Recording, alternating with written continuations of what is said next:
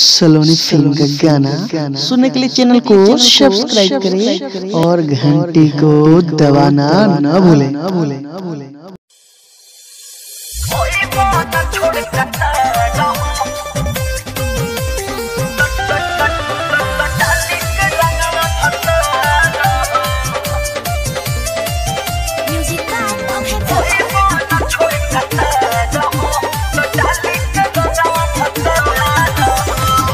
संग ही बीत हो छुट्टी लेके बाहर से घर चली आओ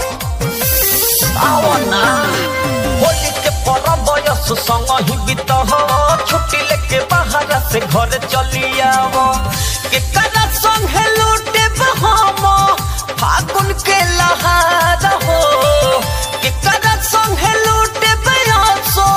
फागुन के लहार हो अरे ओई बना छोड़ कता रहो तो डाली के रंगवा भता रहो ओई बना छोड़ कता रहो तो डाली के रंगवा भता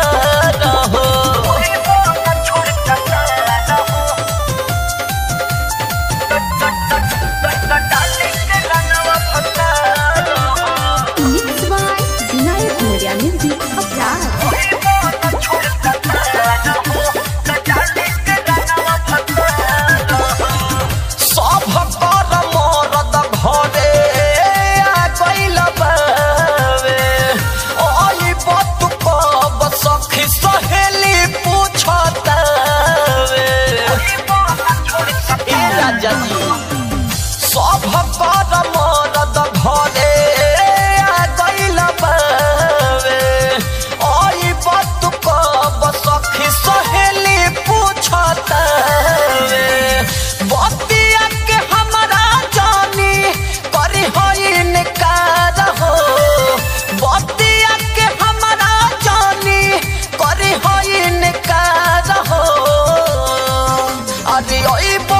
छोड़ कर